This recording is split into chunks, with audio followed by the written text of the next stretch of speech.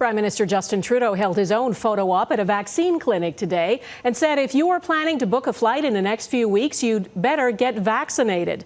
For the first time, he answered questions about winning a second minority. He said his cabinet will be sworn in next month and that Chrystia Freeland will continue her dual role as Deputy Prime Minister and Finance Minister. Our chief political correspondent David Akin was at the press conference. David, did the Prime Minister seem at all humbled by the fact he didn't win the majority he'd hoped for? I don't think so, Donna. And he was challenged a few times about the fact that for the second election in a row, another party actually got more votes than his did, even though, of course, the Liberals got the most seats. And he was reminded that 3 members of his cabinet went down to defeat last week. But nonetheless, Justin Trudeau said that election gives him a mandate for the broad strokes of his platform. My intention is to continue to deliver to Canadians the ambitious mandate that they voted us in on. That mandate includes being more ambitious when it comes to climate change and moving ahead with childcare deals with provinces like Ontario and Alberta that have not yet inked a deal with Ottawa. But first, he has to form a new cabinet. That will likely be done by mid-October.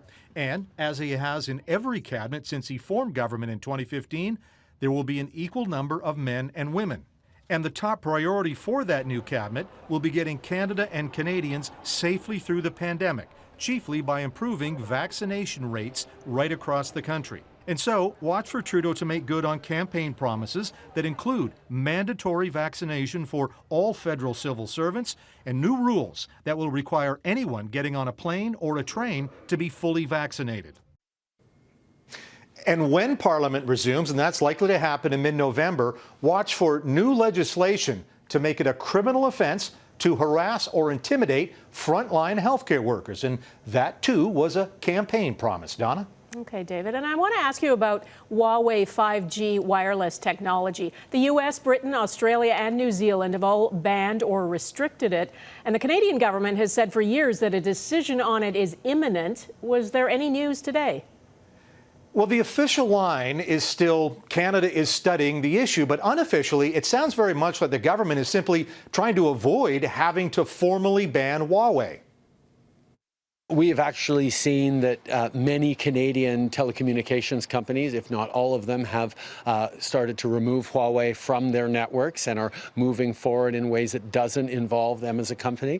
Many, though, are now saying the Huawei decision should be part of a broader review of Canada-China business relations. So I think now is really a time to have our eyes very opened in terms of China and who we might doing business with, but also what the options are. And that might mean a higher priority on protecting national security, protecting intellectual property rights of Canadian companies, even if that comes at the expense of some sales to China. Donna. Okay, David Akin in Ottawa, thank you.